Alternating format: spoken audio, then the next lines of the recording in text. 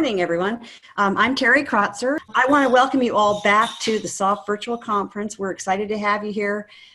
We've got a great talk today that I know you're going to very much enjoy, learn a lot. It's going to be really incredibly helpful.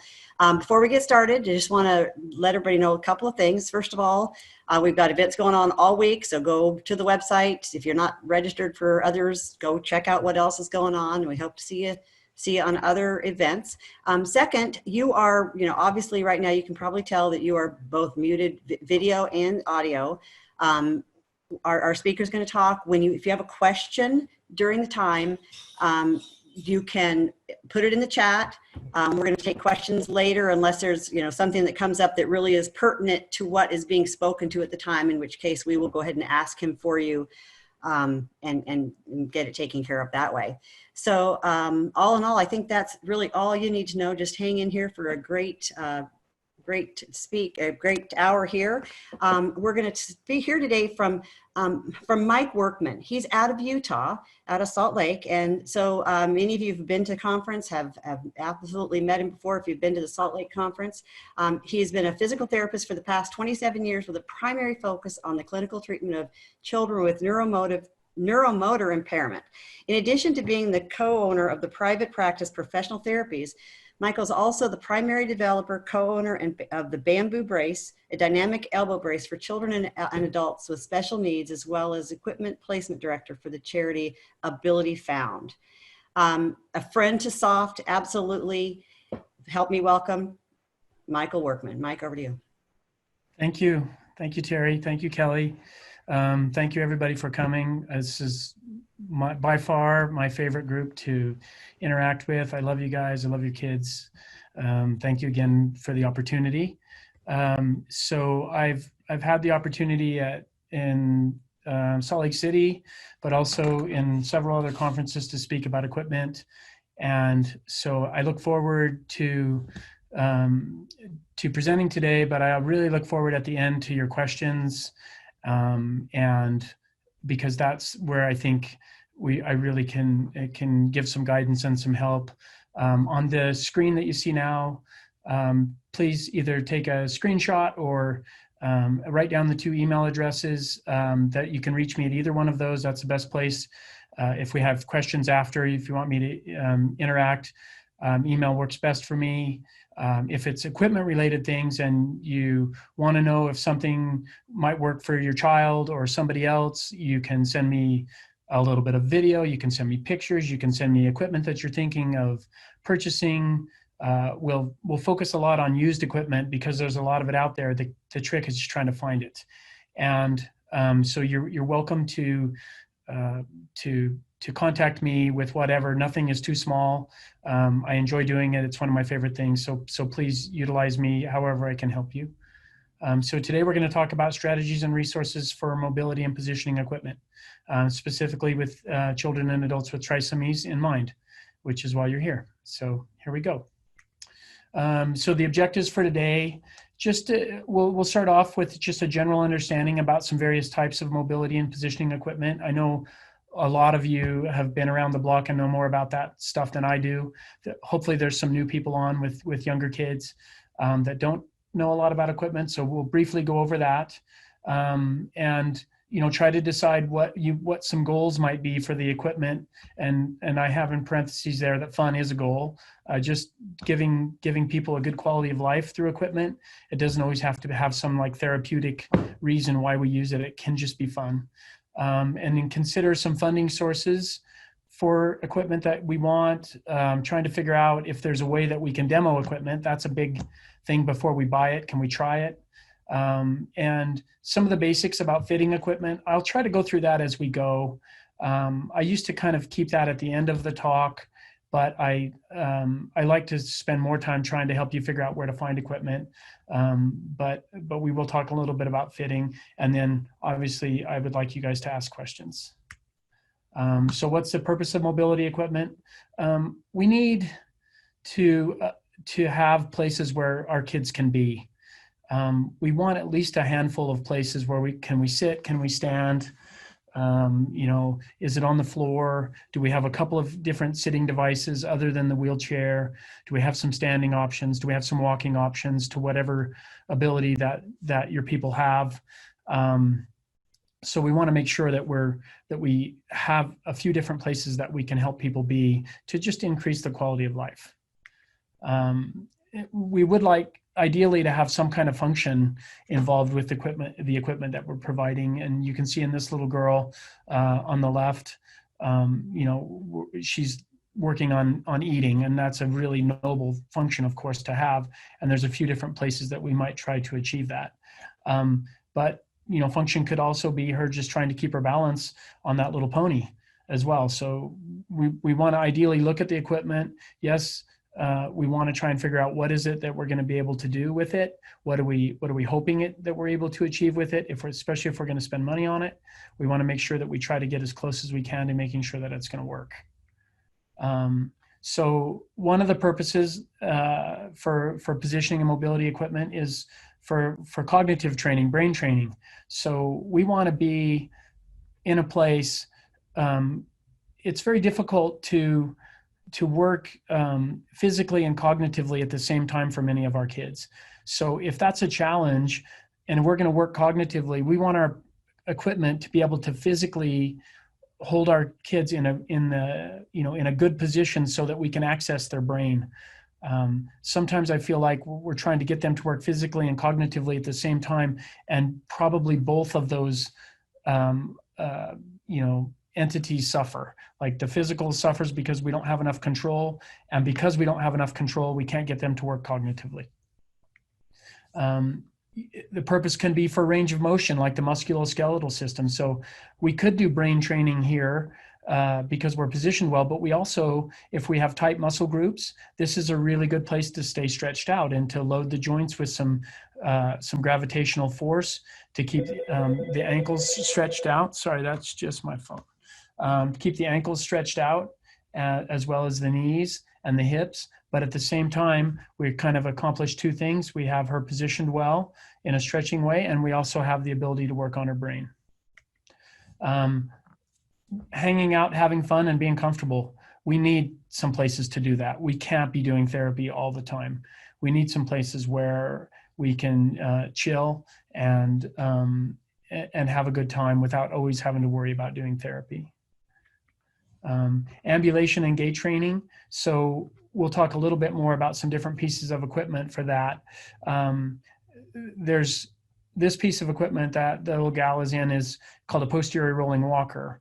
And little kids and younger people, we use walkers with the walker behind them. Let's see if you can see my map. Yeah, so we have the frame of the walker, the yellow part behind her, as opposed to where, like old people, we have the walker in front. This one has some add-ons to it. In my world, a walker is this yellow kind of frame part. When we add more support to it, we call it a gait trainer. And my experience in people with the trisomies we're generally using more of gait trainers than we're using walkers. They usually need a little bit more support. So if we're going to try to progress to where she needs less support, we usually start with a gait trainer and then take parts off of it. And as opposed to if we don't have parts to add on to it, it's more difficult, if that makes sense. We use, obviously, for transport is a big one. So we can use everything from strollers to wheelchairs, and we'll get a little bit more into that for a second. Positional options on the floor. That's kind of like the hangout pictures that were a few slides ago. We really need to be able to, have a place on the floor where we're comfortable. And where we can be and hang out with not a lot of therapy requirements, just to be comfortable. Sitting is a huge place. We have everything from floor sitting devices where we're down more toward the ground, and then bathing and toileting. There's some other sitting ones I'll get to in a second. But bathing and toileting that's a place where we need some equipment there. We want people to be able to, enjoy their hygiene time without the stress and for caregivers, without the stress of having to hold people up and sitting the whole time and help them get clean. So these are little chairs that go in the tub. Usually this is a more robust system which rolls over the toilet for toilet type, bowel and bladder type training, but also could roll into a shower situation. Obviously, the house has to be set up to make that one work. The general name for that one we call a rolling shower commode. So the commode part denotes toileting, and obviously the shower part denotes like hygiene, and we try to do that all in one device. As people get bigger, devices like this one are helpful and handy because the amount of transfers we have to do is less. And people with trisomies, a lot of people have to be transferred with a good amount of caregiver assistance. So if we're having to lift and pick people up all the time, every time we do that, it's called a transfer. And when we start interjecting devices like rolling shower commodes, the benefit of that is that we do less transfers. So there's an old paradigm where we mark out with hash marks like how many transfers it takes to get out of bed, go to the toilet, take a shower, and then get dressed. And usually that's like 6 to 7 transfers. And with a rolling shower commode, we can cut that down to like 3 transfers. So as people get bigger and the amount of assistance they need is more evident, then we can decide about if we should remodel a home and add equipment to it, or just try to sort of say, I'm not sure this home is the home for us right now. Like maybe we don't need to put money into this home. Maybe we need to find a different place. So those are all discussions that we have, and discussions that I'm happy to give input on through those emails addresses that I gave you at the first. I have a lot of experience with that. I'm a pretty straight shooter. I won't candy coat too much for you, so that we'll really try to get to the heart of what we need to discuss. If you have questions about home accessibility and what type of equipment can help you, feel free to access what I have to offer there. There's some other positioning and just chill options. This one, I think that one's called the chill out chair, or one of these is called the chill out chair. Other sitting positional options. These are really good. These, they used to be called high-low chairs. The company Lecky, I think, makes my favorite one. This is an older model Lecky, but the Lecky Everyday Chair, it has a tilt feature where it tilts back and forth. Just for definition reasons, if this angle right here at the hip, if that angle stays the same, but the chair tips backwards, we call that tilt in space. TILT-IN-space, tilt in space.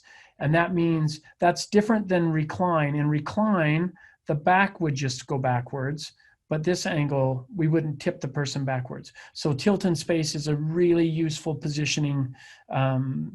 It's a really useful facet of positioning that we use a lot because it helps kids and people. We get oftentimes fatigued and we can't sit up straight for a long period of time, and we start slumping forward onto trays and things because we're just tired and it's difficult to do. And many of you, I'm sure, can relate to that. When we tilt in space, it allows us to sit up straighter, and it allows us to be able to tolerate the sitting position longer. And that's super helpful and handy for things like eating and learning. The longer we can stay there, then the more things that we can do. The quicker we fatigue, then the less things we can do. So tilt in space is something that we're always looking for in positioning chairs. These have a high-low base, which it raises up and then it comes down, also down closer to the ground. Not all the way ground level, but within probably 9 to 12 inches. And so these are really nice home options and alternatives to wheelchairs, but they're also like $4,500 new. And if it's got wheels, where'd my cursor go? If it's got wheels and it's a chair, then funding sources like insurance companies, they consider that to be a wheelchair. And we only get one of those about every 5 years.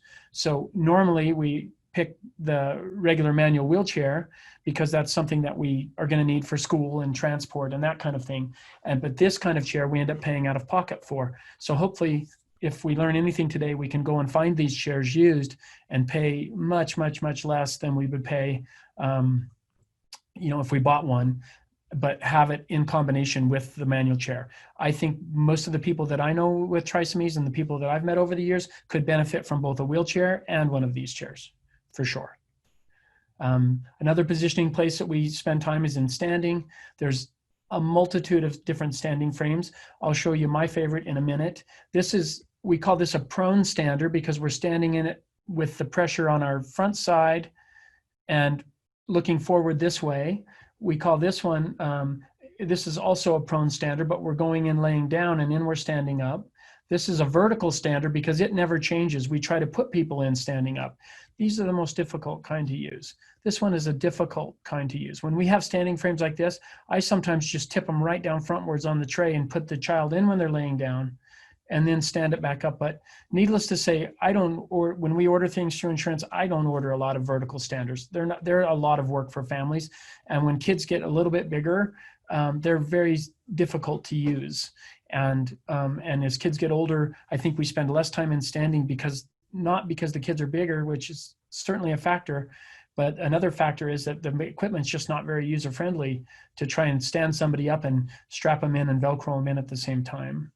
These are some other standing options. This is a self-propel stander when they get up, and it always sounds good on paper.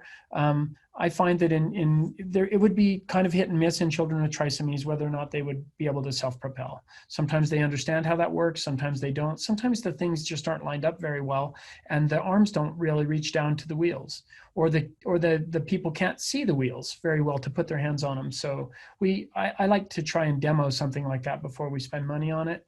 This is one of my favorite standers for little kids, little like 1 and 2 year old children, but I'm almost always recycling them. I'm not generally spending money on them or paying new for them. This one tips down forward. It's easy to put the child in and it stands straight up, or whatever angle you want, but it's more difficult to put a 4 or 5 year old in there. And so this is my favorite brand of standing frame. This is called an Easy Stand. That's EASY as opposed to EZ, like E and then letter Z. Easy Stand. And they have really, in my opinion, figured out standing. So we put the kids in and sitting. This little knee block kind of swings out of the way. And so we put the kids in sitting. We put a seat belt on them. All these things are adjustable. The feet come up. The seat decreases or increases in length here. The back goes up and down. We sort of get it all fit like we want. Then we help the people get in there. We swing the knee blocks in, and there's a little lever on the other side. We push on it, and it stands right up. And when they're tired, we sit them back down. It's, to me, if I'm going to spend money on a standing frame, especially if I'm using a funding source like private insurance or Medicaid, I don't think there's a better design of a standing frame than Easy Stand. And the smaller versions are called a Bantam. There's like a Bantam extra small and medium and large, which between those 4 we'd fit up to 12-year-old kids. And then there's the ones after that are called the Evolve, and the adult versions have a different name that I don't think I remember right now. These are gait trainers for walking. These were the ones that I saw that we just have a lot more support on them. We usually have some kind of a seat or some kind of a sling. We usually have some sort of a chest support or something like that. Sometimes we can control the legs with little straps. I don't often use those. They're not very friendly to people. And then as people get better at walking, then this is a gait trainer with all of this support taken off of it. Gait trainers work pretty good when they have a lot of support. When we get to the point where a child can use a gait trainer like it's a walker, it's time just to get a walker. The gait trainers don't work very well as walkers. They work a lot better when we have stuff on them. So I like to, when we get to the point, and this is a big day, when we get to the point where we can start to use a walker from just hanging on, then I like to get a different walker at that point. And we, like most of this stuff today, we buy them secondhand. And try not to spend a lot of money on them. These are just some other examples of gait trainers with support. These are some different posterior rolling walkers. Some have flip down seats on them, but some of these will have some accessories. We can buy a little sling seat or something for it, but a lot of times we're trying to progress to the point to be able to use these. We don't normally start right out with them. We progress. And these are the tilt and space wheelchairs. These are usually, the retail on these now are somewhere around $8,000. This one is a Zippy Iris, Iris like the flower, made by the Quickie wheelchair company. The kids version is called the Zippy, and the Zippy Iris, and the adult version is just called the Iris. It's my favorite tilt and space wheelchair, but remember, if it's a seat and it's got wheels, it's a wheelchair. So because these are the most expensive wheelchairs to get, then we normally spend our insurance funding on these. And then the positioning chairs that were back in the prior slides, the Lecky Everyday Chair, for example, that one we might try to find secondhand, because this is a very useful piece for getting to and from school, on and off of the bus. And a lot of people in the world of trisomies like these strollers, and I like them a lot too, because it's always a hard decision to make. Do we spend our wheelchair? Most of these things are retailing for between $1,200 and maybe $2,500, depending on what we put on them. But they fold up really nice like this. They go easily in the car, and so it pains me to spend a wheelchair benefit on them, because that prevents us from being able to get this, because a wheelchair is a wheelchair, as I've said a few times now. So sometimes we like to spend our insurance benefit on this, and then we like to go out and find secondhand used adaptive strollers, that are in good condition, and we use those. Nobody wants to take this and throw it in the back of the car and take it to the grocery store or anywhere else. They weigh like 60 pounds or 80 pounds. You're not going to pick one of these up and take it in and out of your van that doesn't have a lift, on 4 or 5 errands. These are far superior, but I just don't like to spend our wheelchair benefit on them, because I'd like to think that through a little bit of fundraising or secondhand means, we can find really good strollers around, without having to, spend retail money on them. And hopefully people will have some questions about that I can maybe get into in more detail. So how do we obtain equipment? And so there's what we would call the traditional approach. And the traditional approach is, you go in, you have a visit with the doctor, you say, she's just really, really becoming less and less mobile. We'd hope that she might progress with her walking, but she just hasn't. I think we need a wheelchair. So the doctor now, not only, there's a newer rule, which is called face-to-face. And that means that normally we can't just, the days where we could call the doctor's office and say, could you write a prescription for a wheelchair and give that to us? So those days are kind of over. We have to actually meet with the doctor on the same day that the prescription is written. And not only that, but then the doctor has to make mention somewhere in the notes for that day that there was a need for a wheelchair. So they can prescribe the wheelchair from that visit, but they also have to, we call those like clinic notes. So somewhere in the clinic notes, the doctor would say something like, well, she really, she's having a lot of difficulty walking without a great deal of assistance from her parents. And so I would recommend that we have a wheelchair right now. Sometimes we have to coach the doctors a little bit in terms of educating them about the process as well, and what types of things that we can get their help in terms of making equipment happen for the people that really need the equipment. Once we have the prescription from the doctor, we generally are going to meet with a therapist and a vendor that's accepted by your insurance, by your person's insurance.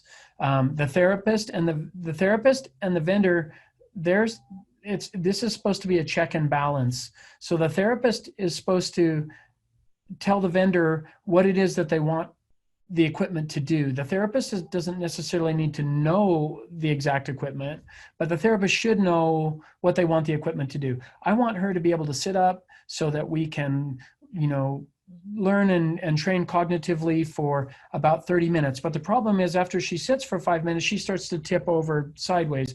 What do you have, therapist talking to the vendor, what would you recommend in terms of the equipment that's out there that might be able to accomplish this? And the vendor might list off, well, there's this brand and this brand and this brand, but since she's having difficulty sitting up, this brand, the lateral supports are much more effective and keep her from tipping over than this other brand, and kind of yada yada. And the vendor educates the therapist on what product would do what the therapist wants. And the therapist is there also as a check and balance to make sure that the vendor doesn't over order or under order.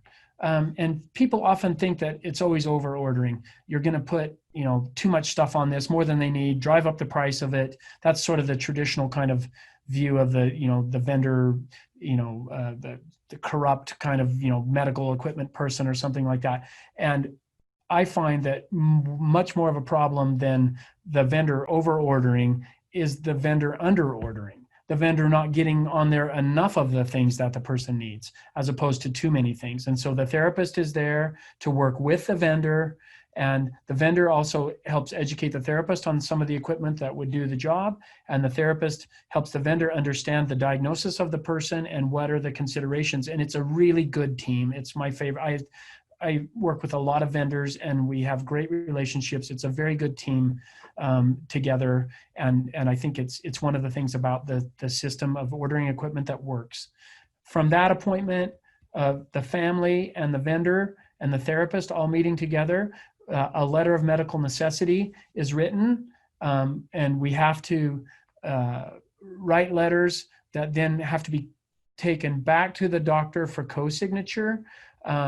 We have to, I have coaching in here, but a better word is probably educating professionals on the different type of equipment, what it needs to do. The doctors will have most of the doctors don't just sign stuff for no reason. They ask a lot of questions. The nurses will email me or call me and say, okay, we got your letter, but there's some things about your letter we don't understand. Can you please explain?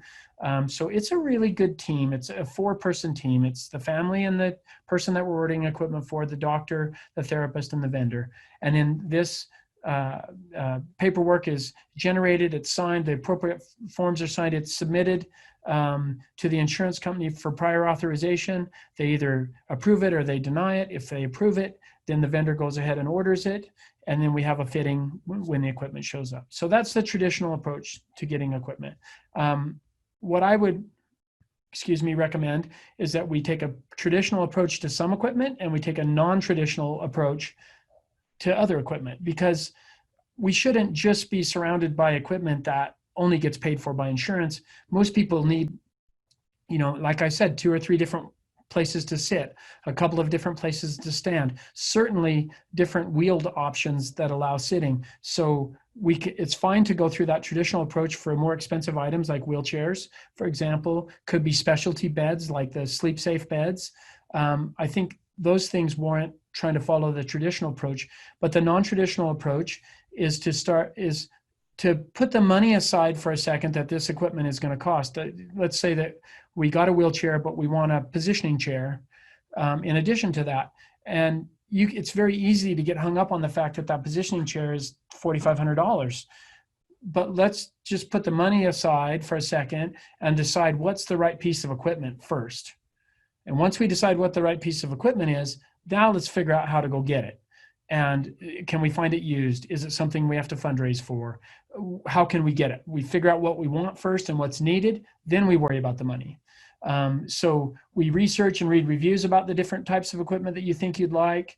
We talk to your network. I love the soft network. You guys are amazing.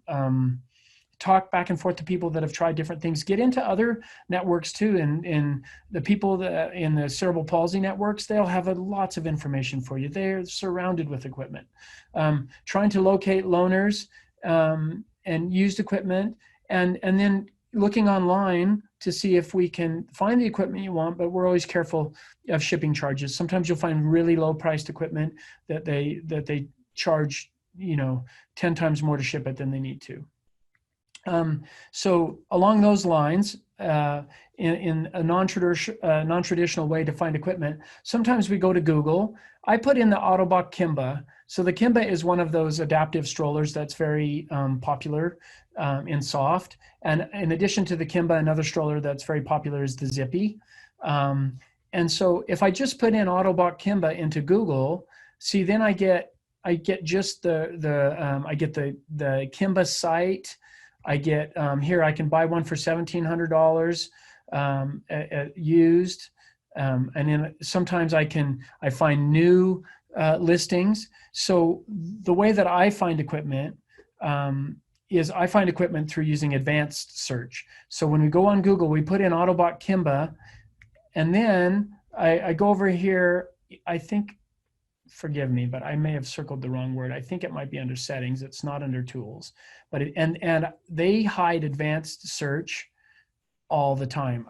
I'm sure there's a really good reason Google does it. And I don't know why they do it. I think they do it because they want you to see the more of the shopping based things as opposed to looking for used. I don't have a good answer for you why they do it, but they hide this advanced search all the time. It'll be here under settings for a while, then you'll go under there and you won't be able to find it, and it'll be down at the bottom someplace. They hide it all over and they do it all the time. So when I go to, if I go to Autobot Kimba, then I click on advanced search, then it gives me this screen. So it says, now what are you searching for? I'm going to search for all these words. So any search that has all of these. So I have Autobot Kimba. If I put stroller in there, then I'm going to get all of the searches that have stroller in it as well as Autobot Kimba, and I don't want that. I just want Autobot Kimba. Sometimes I could even take Autobot out of it because they make other products and just put Kimba. And then all of these words and in this exact phrase. So Craigslist is a place where a lot of used equipment is sold. The problem with Craigslist is they don't allow you to search it nationally. I live in Salt Lake City. I can't just get on Craigslist and put in a search and it'll show me all the cities in America where that piece of it, where the Autobot Kimba is located.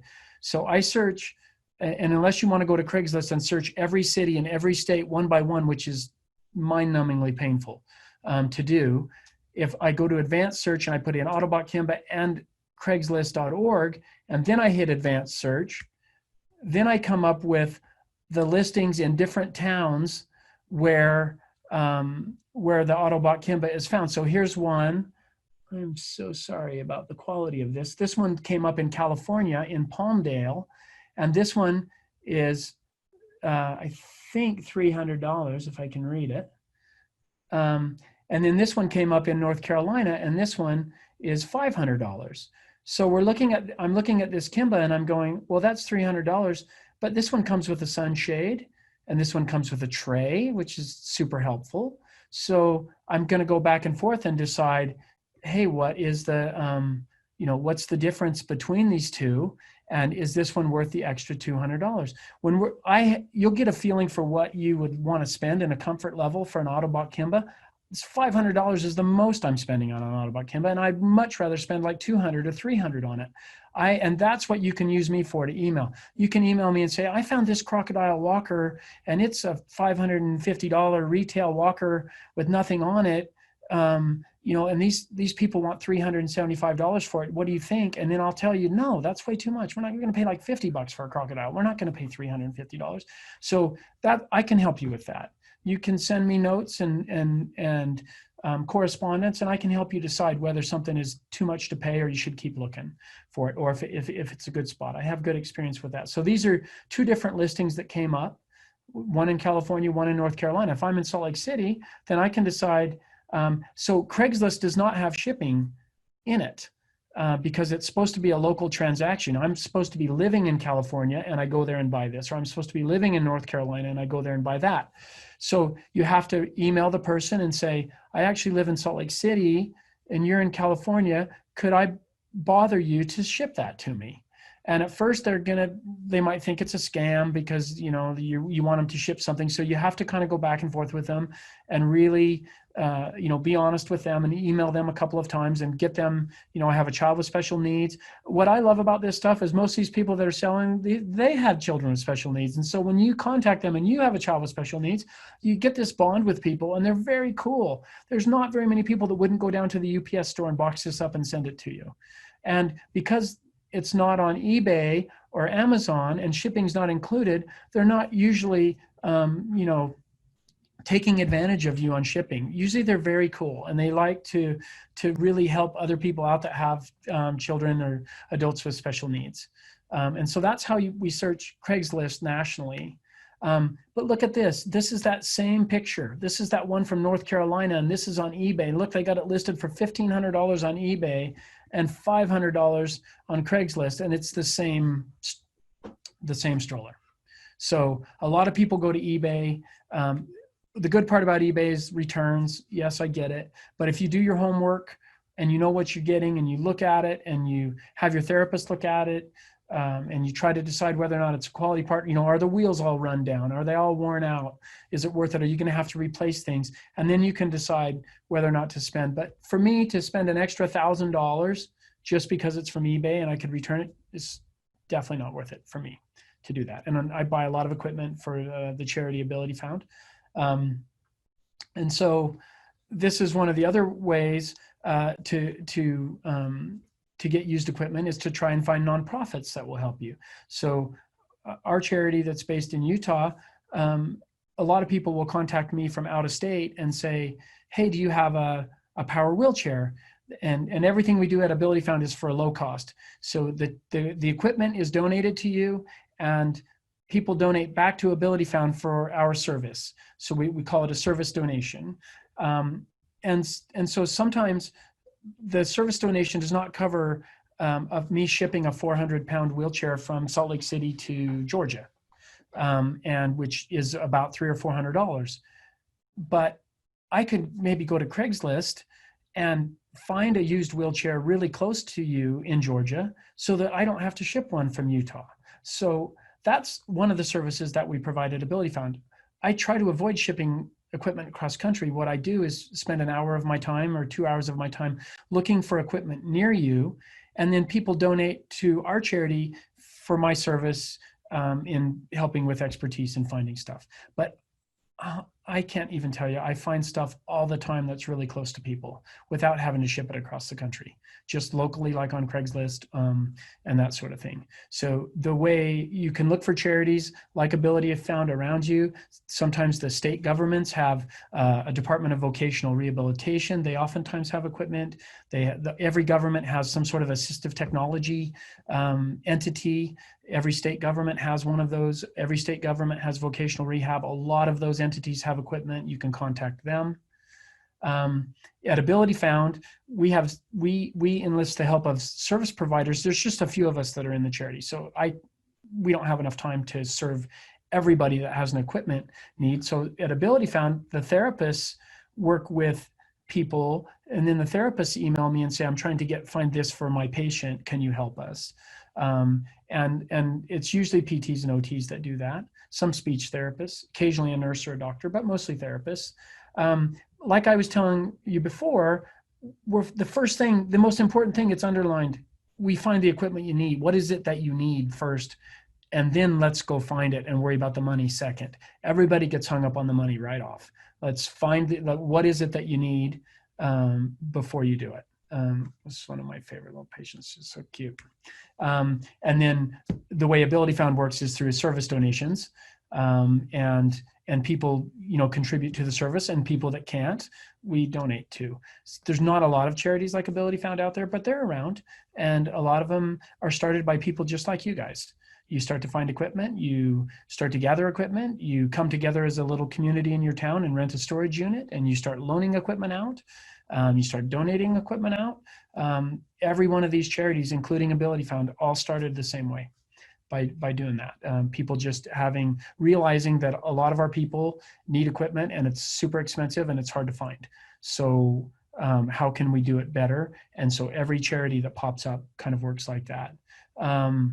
So I'm going to hold off on the fitting of equipment, and we'll take questions in a second. I want to go back.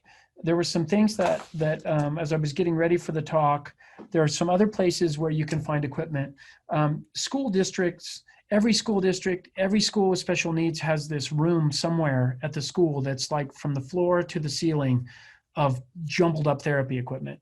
So sometimes if you just go and you've looked online and you've researched and you've talked to your network about what a piece of equipment you're looking for example, like a gait trainer, sometimes you go to a special needs school in your school district around and ask them, hey, I'm really looking for a Riften pacer that's a size 2 for my daughter who's like 4. Do you guys have any of those? Oh yeah, I've got like 6 of them. I've been trying to get rid of them.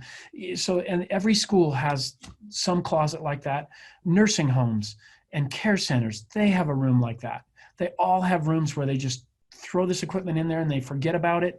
And then about once every couple of years, the administrator comes and says, you guys have to clean that room out. You can't keep all that equipment in there. There's standing frames in there. There's wheelchairs in there. There's gait trainers. toileting equipment. There's everything in every school and every care center and every assisted living center. They all have them, including a whole bunch of charities like Easter Seals and United Cerebral Palsy. And just because you go there and your child has something with trisomies, but it's United Cerebral Palsy, they don't care. They're happy to help. They're not going to get hung up on the diagnosis. And looking for other nonprofits, if you're really ambitious, starting your own. But the other thing that I didn't put a slide in, and I wish I had, so in Utah where we are, there's a local television station, and it's called KSL. And KSL has its news page, where you go and find news and all the COVID updates and all that kind of stuff. And they also have a want ads. And so where we live, the KSL want ads are bigger than the Craigslist want ads.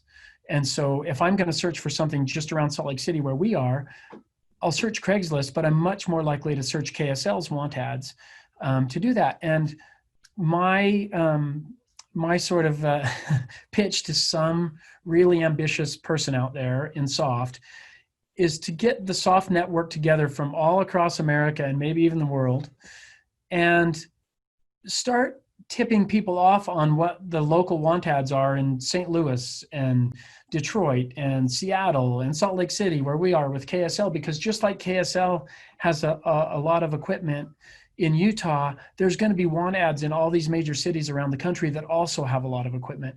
And if someone within your organization puts together a lot of the want ads in different states, then when you go to search, you can search Craigslist, but you can also go to the 10 or 15 different want ads in the different cities, and they all work just like Craigslist. It's supposed to be a local transaction. There's no shipping.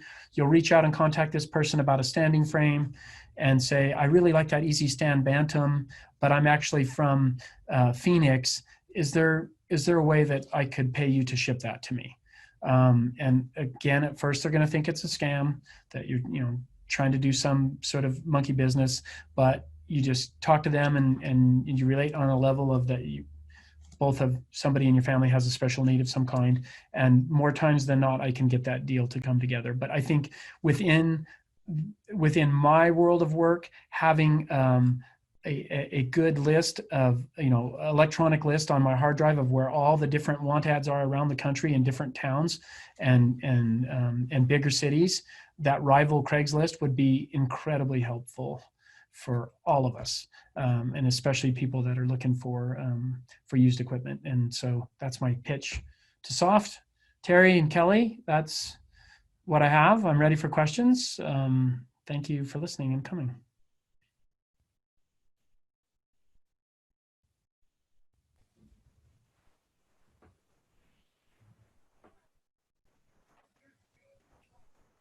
Thanks, Mike. Hold on just one second. I actually am not the one that has access to those. So hold on, let me see. Sorry, I was having some issues with unmuting. All right. So we did have some questions come in. We had a question from Bettina Roberts, and she said, with Easy Stander, is the standing process automated, or can we transition to standing faster or slower based on the child's tolerance? She also said, what features does a wheelchair have that an adaptive stroller doesn't have? So for the Easy Stand, it's a very slow process, and we want it to be. If we don't have the knee pads positioned quite correctly, and then it's a fast process, it's just a great way to hurt somebody, wrench their knee or worse. So it's on the bigger standing frames for adults, there's a crank handle on the side, and the adult can kind of pull back on it and kind of almost like using like a car jack, they can put themselves up. For the kids, you step on a button and you just kind of lift them up, but it's on a hydraulic kind of system. So that process, thankfully, is all manual. It's not an automated or a motor system. They do make standing frames like that, but I haven't really had anybody who's had any trouble with the manual part of that. So the second question about wheelchairs, the tilt and space wheelchairs like the Iris, those traditionally, they're not super worried about the weight of them because they're more worried about the support that they give. So generally we have more things like supports on the sides of people, lateral supports we call them, maybe 2 uprights down by their hips to keep their legs in, maybe holders to keep their feet in place, maybe straps across their chest to keep them sitting up, or in a headrest so that they can lean back. So one of the most popular strollers as the kids get older is called Convaid, Convaid.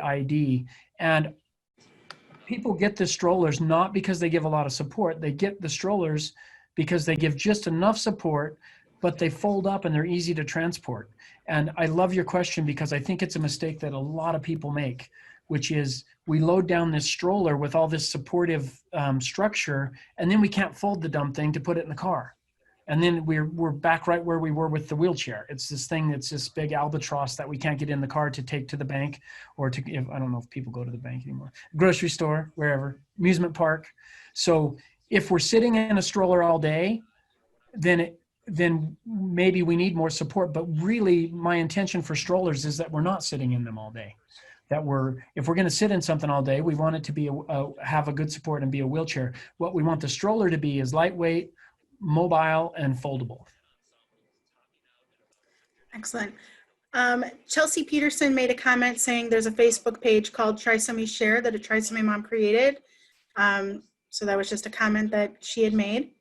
Awesome. Maybe we can put that list of all the local want ads on Trisomy Share Facebook. That would be awesome. Erin Heddick said, at what point do supports inhibit the child from using their own muscles or benefit more than possibly do harm? Great question. So that's why we like all those supports, whether it's on wheelchairs or standing frames, whatever piece of equipment. We want to be able to take off those supports and make the kids work a little bit. And that really comes back to what's our objective.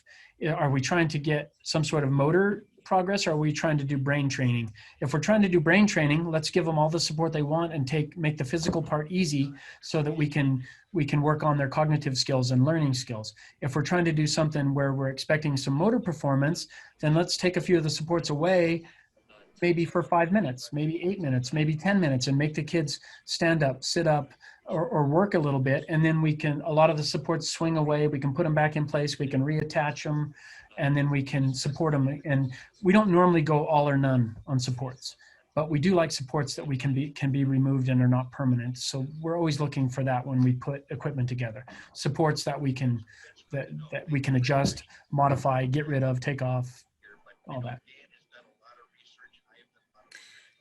We have a question from Amy Weiland saying, is Michael at abilityfound.org the best email to reach you?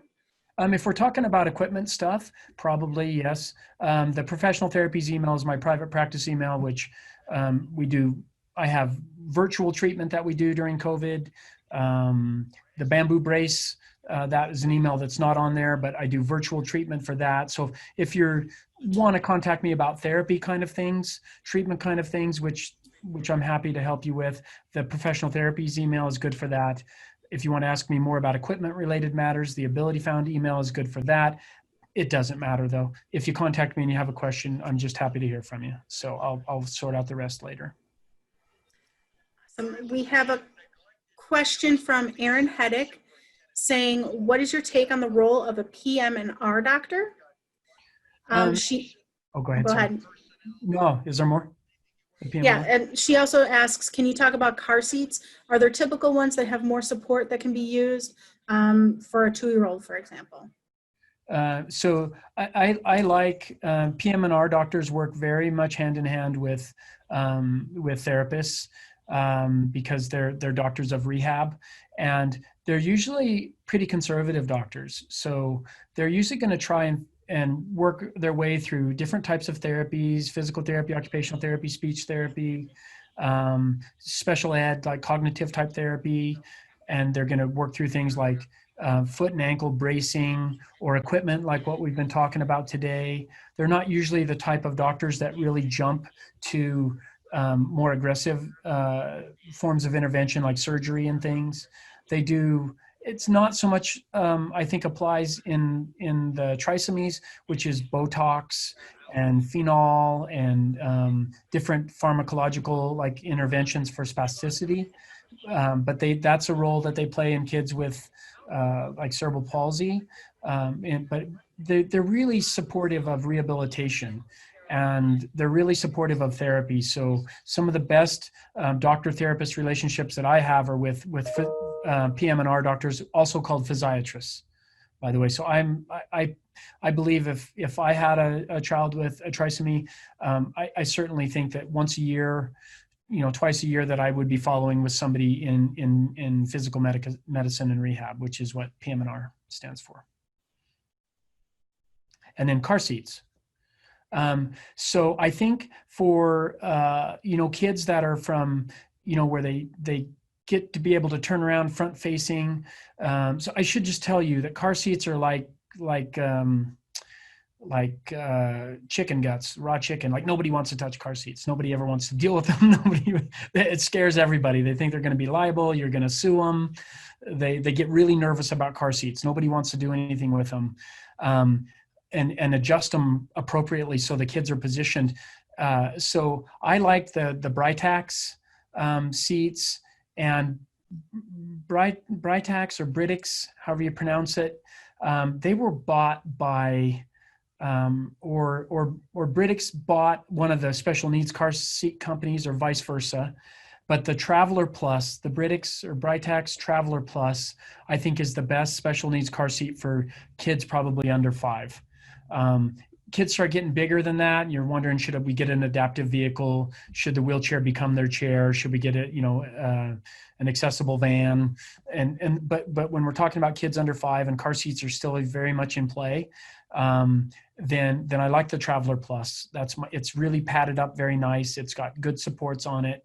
And I like to take that principle of tilt in space and put that into car seats. So when I tighten up car seats for people, if the child's sitting balance isn't very good and they're like slumping forward up against the straps, then I like to take hard closed cell foam and make like pizza pie wedges out of it and stuff it under the car seat and give the car seat some tilt, and then we strap it down to all the supports in the car.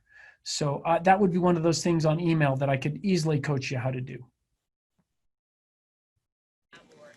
Excellent. And that leads us into our next question, which is, if you cannot afford to convert your van into a lift, is there a ramp we can purchase to unfold to wheel the chair into the van that is affordable? Yeah, so none of these ramps are ever going to be confused with being lightweight.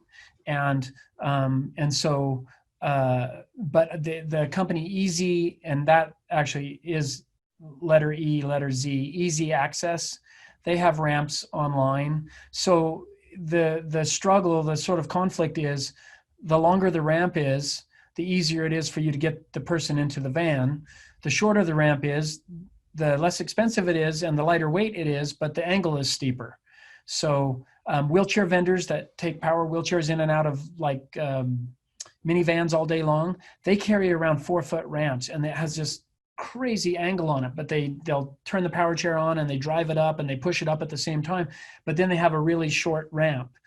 Conversely, at Ability Found, for a van that we drive around when people donate wheelchairs, we have an 8-foot ramp.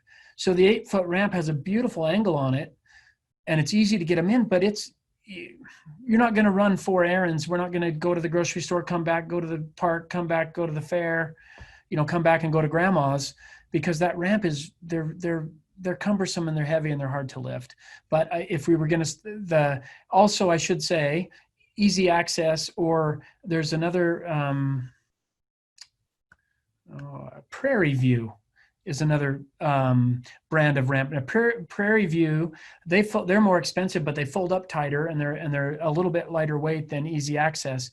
But ramps come in 2 styles. Well, they come in the whole ramp, but you're never going to buy that. The ramp that's like 6 feet long, but it doesn't fold or do anything.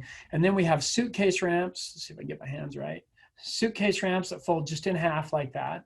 And then we have trifold ramps and that's the ramp that I would recommend, whatever company you get it from. If you're going to get a ramp, you get a trifold ramp. And so the trifold ramp folds in half first like a suitcase, and then it bends down in 2 folds like a banana. And so it's 3 folds. It's 1, and then this one folds down 2, and then this one folds down 3. So it's 1, 2, 3, trifold. And that takes a 6-foot ramp and makes it into a 3-foot ramp when you fold it. And it takes an 8-foot ramp and puts it into a 4-foot ramp, et cetera. So generally trifold ramps, and I can't imagine you'd go any less than a 6-footer. We have, what options are there for adaptive double strollers or double stroller type options for a wheelchair for children with younger, typically developing siblings? And then also, is there a minimum size the child should be when we start looking into adaptive strollers and or wheelchairs instead of regular strollers? The first question about double strollers and stuff, I really don't know much about that. But my opinion about a double stroller is I like the back-to-back ones as opposed to the side-to-side, just for doorways and getting in and out of things. So you'd keep them in that little stroller as long as they'll fit in it. There's a lot of, in soft, there's a lot of peanuts out there that they fit into stuff. Sorry about that.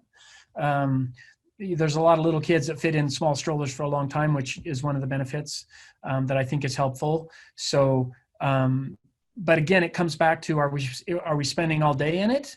And if we're spending all day in it, the positioning in strollers is kind of a rounded, sort of rounded, slumped position, which is not great.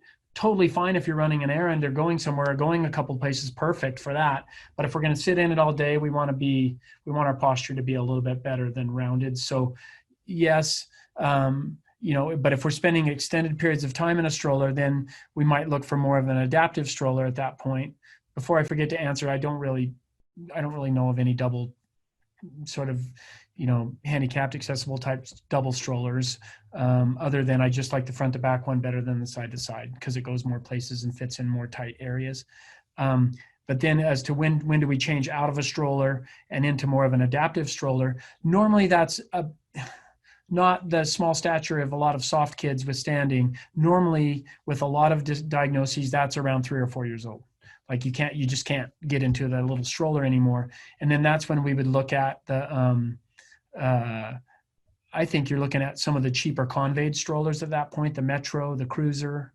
And you could at that point look at the Kimba or the Zippy, but those have, if we're going to get one of those, we're going to try and scale it down so it folds. It might come with all the stuff, but it doesn't mean we have to put all the stuff on it. And the Kimba and the Zippy, they're kind of in between this like stroller and wheelchair thing, which is great until you need to fold it up and take it places.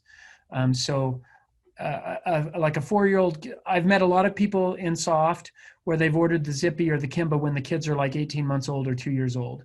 And at that point, totally fine. If it's supporting them and they look good and you can live with it and transport it, great.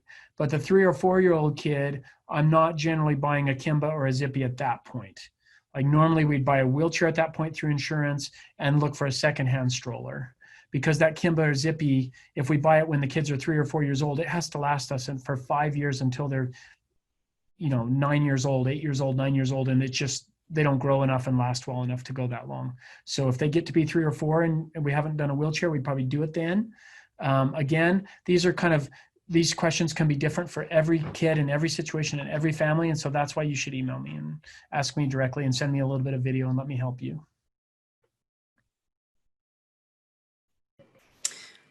We have the question, are you familiar with any equipment that can help with lifting in the home? There's tons of that.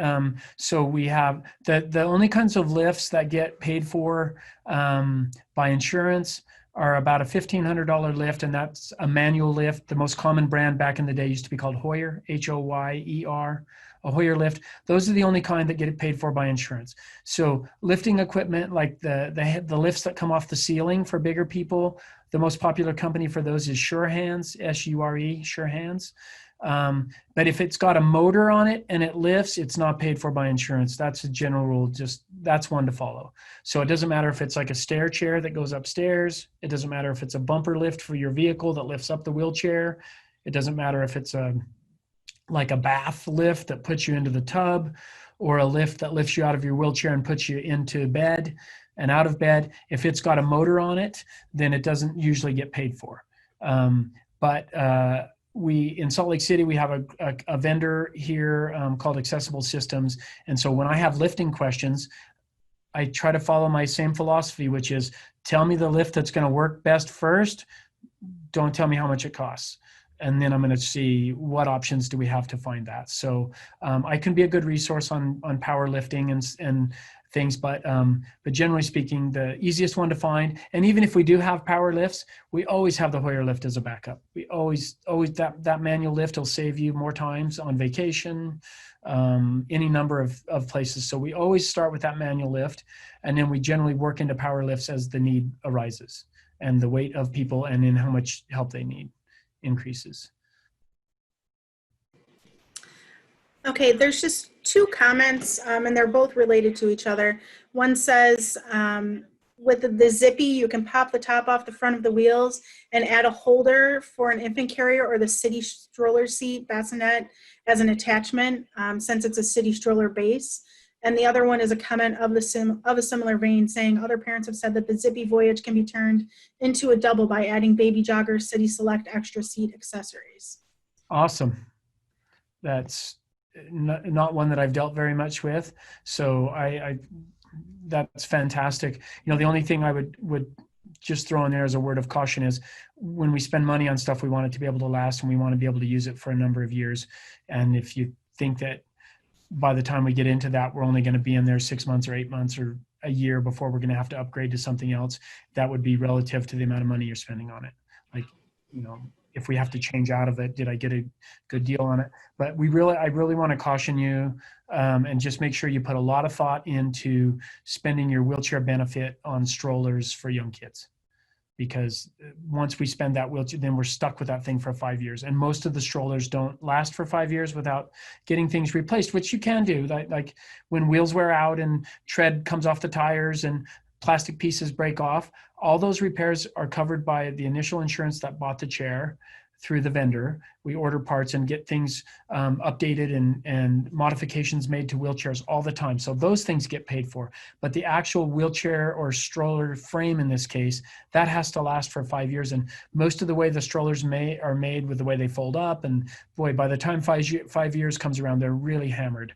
So I always like to order the wheelchair through the insurance benefit because it's the most expensive item, and then go find the stroller through donated, you know, charitable means or low cost means or used means like that. Excellent. And then there was another comment, the Dream on Me coaster stroller rider works nice for short-term stroller needs. It hooks to your existing stroller to allow for a second kiddo. So there was just another comment that just came in a similar vein. Those are great. And if someone if someone's got some time on their hands and they send me a little link to some of those on the comments, that would be great. I'd love to. I'm always about trying to learn as much as I can about equipment. Let me check and see if anybody has their hand up. I didn't see any earlier. Nope. I don't see any of that, and I don't see anything else added into the chat.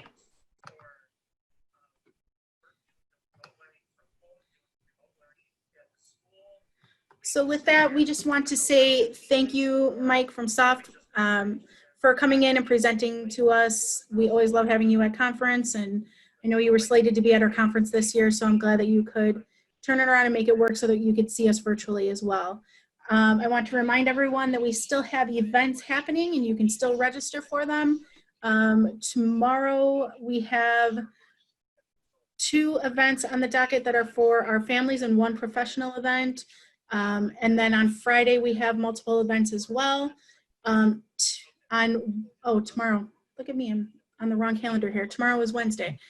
Tomorrow we have a professional presentation, and then we have the presentation of the Soft Friends video at night at 6 p.m.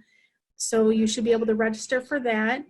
And the link is on Facebook. I will repost it on Facebook if you missed it. And then again, we have events happening for the rest of the week. So please take a look at the website, register for things, and we appreciate everyone coming and participating in our presentations.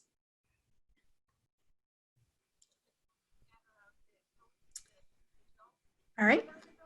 Thank you. We will talk to everyone. I miss you guys. I'll see you next year in Roanoke. Thanks, Mike. It was great to hear you. Thank you.